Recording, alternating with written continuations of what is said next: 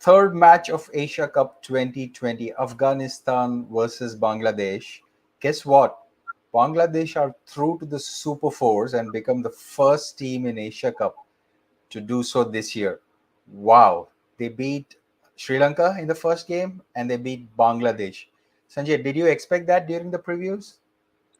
I think we did say that Afghanistan's probably a better team than Bangladesh, but I didn't expect them to win both games and be the first team to qualify for the Super Fours. That just shows you how far they've come in their journey as an international team, considering all that's gone on and been going on in Afghanistan. This is excellent news, not just for them, but for world cricket and sports in general. Absolutely. And just as a refresher, Bangladesh chose to bat after winning the toss, which was a strange decision. Put up 127 in 20 overs. Afghanistan bowled beautifully well. Mujeeb Ur Rahman and Rashid Khan ran through Bangladesh and got 6 wickets each. And then there was a run out. And then Afghanistan were in slight bother of trouble when Zazai and Gurbaz got out along with Nabi. But wow, two Zadrans came in and just destroyed Bangladesh and blew away. That last passage of play, Sanjay, I mean, describe that. Can you hear me? Okay, I think so. When you're breaking up, um, was it the last wicket partnership for Yes, the Bangladesh? last Zadran partnerships. Yeah. I mean, Afghanistan started very cautiously, not losing wickets in the top 4 5 overs, but hardly putting up any runs. So that was their strategy. Let's just hold the wickets back, and in the end, you will get the runs.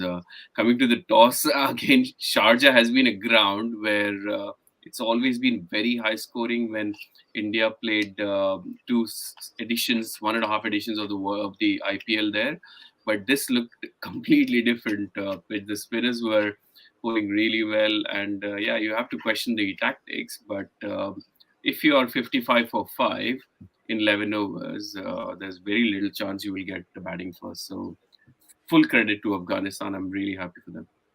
Yeah. And losing 6 wickets in the first 10 overs of the game, Bangladesh were never in the contest. And Adi from our water player group was also not sure why Bangladesh chose to bat in Sharjah. This probably is another inexperience showing up in the think tank of Bangladesh. But from an Afghanistan point of view, before the game, I was reading some articles. Rashid Khan and Nabi mentioned that it is not our problem if other teams underestimate us. Seems like that's what happened between Lanka and Bangladesh.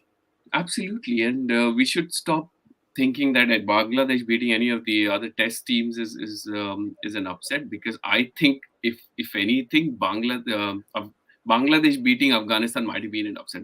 Afghanistan has much more players who are renowned in these international leagues. You have Mujeeb Ur Rahman and Rashid Khan, the two leggies, pretty much doing the damage, 6 wickets between them. You have Nabi, who's got a lot of international experience. These guys play pretty much everywhere. At any given point in time, you will have 5 or 6 players who had decent international and league experience. So T20 is their best format, and they'll do really well, I think, in this tournament. I think they are the only ones probably who will threaten India or Pakistan onto the final two. But yeah, Bangladesh, I'm really disappointed for them, because they have so much fan following. There's a lot of fan following which Bangladesh has. You see, even today or wherever they play. So it's quite a backward step for them if they are not able to make it to the top four in an Asia Cup. But yeah, that knockout game next against Sri Lanka would be heartbreaking for one of the teams. Yeah, absolutely. And Afghanistan were 65 runs after 14 overs, and they ended up at 131 in 18.3 overs. That's ridiculous batting in 4.3 overs. They, amassing up close to 70 runs. Now that's what makes them so dangerous. That Saifuddin over of 27 or 28 runs was a killer. So how worried should Pakistan and India be when they meet Afghanistan in future? I think not just so any. once you are in the top four, anyone can beat anyone, especially in this T20 format. I think Afghanistan, if they continue to play fearlessly, they will give jitters to India and Pakistan, because everyone's expecting India and Pakistan to play thrice in this tournament. It may very well happen that one of India or Pakistan may lose out on that final berth to one of the other teams. So I think not just India and Pakistan, all the other teams, with the World Cup coming up, would be keeping a very close eye on Afghanistan. Although I must say that these are more home-like conditions for them. A lot of the leagues and their international cricket they've played here.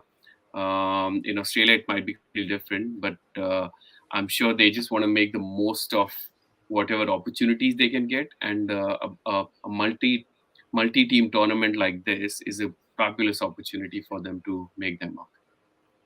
And there were a lot of questions on Rashid Khan up until the previous game that he's going wicketless. Did the bowlers worked him out?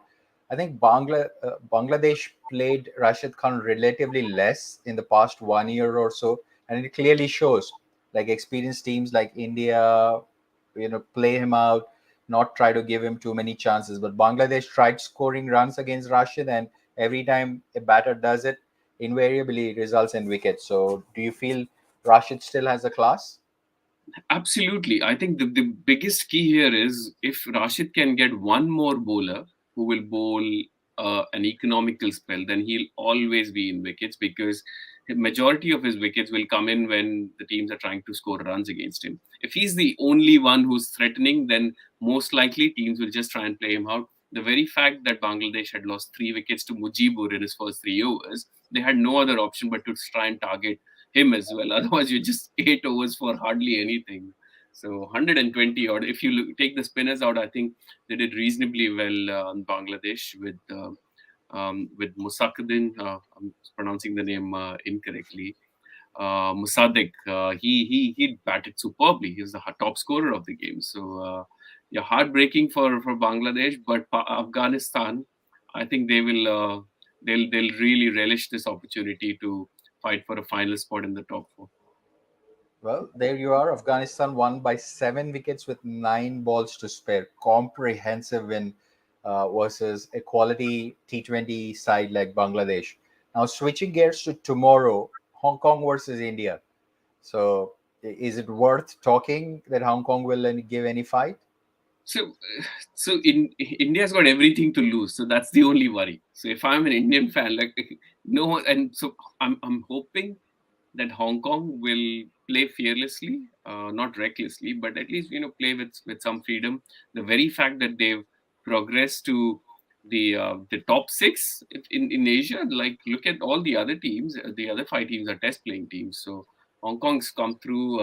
They might have a lot of expat players, etc. But it's a great opportunity. You do something special here. An IPL contract, CPL contract, or something may beckon for them, and then the experience which they'll get in here would be invaluable, because none of the test playing teams are queuing up to play them bilaterally. So this is a fabulous opportunity. India can only lose something from this, but I'm really hoping that if India wins the toss, maybe they bat first. Maybe they try out all their batting options, put up a really big score. But I think they'll bowl first. If I was Hong Kong, I'd try and put India in and try and chase and see how they go about it. But yeah, great opportunity for Hong Kong. Never write any team off in T20s, because you've hardly seen any of the other teams players, especially like a team associate nations as we used to call them, but they play a lot of international cricket as well. So it would be very interesting what India does. Suman, do you think there'll be any team changes, any combination changes for India?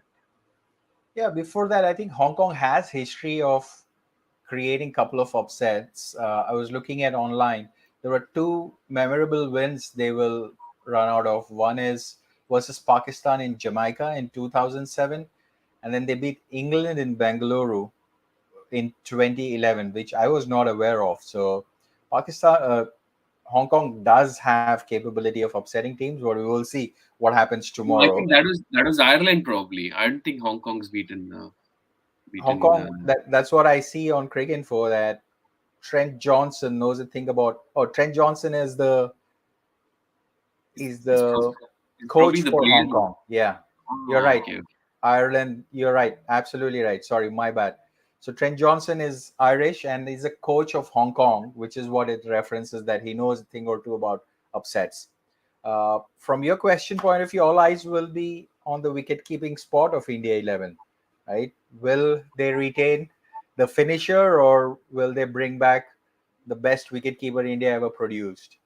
Now, now that they've taken a call, I'd much rather just let the same team play, because then it's unfair on any of the other guys who've been picked ahead of Rishabh Pant. So if it's a strategic decision that that's what they're going to do, I think they should just back the existing players for the next few games, unless someone's getting a special niggle or something, not feeling well.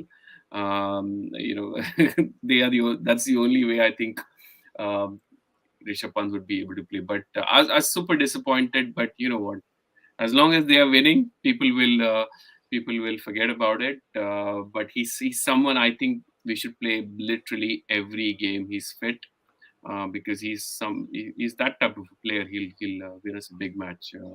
Not to say that Dinesh Karthik can't, but I'd much rather drop any of the other, one from the top 4 or 5. I don't want to call out who, but I think Absolutely. they'll play the same combination.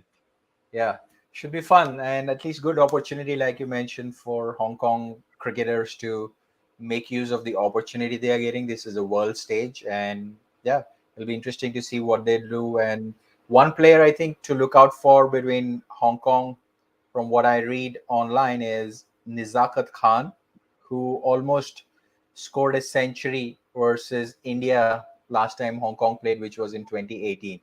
So lots to look forward for. And Sanjay, thanks for making time. And tomorrow we will be back again with another episode. For folks who have been following and watching us, click that like button, drop in the comments to give your opinion, and join us on our next episode. Thanks for watching and see you later. Thank you, guys.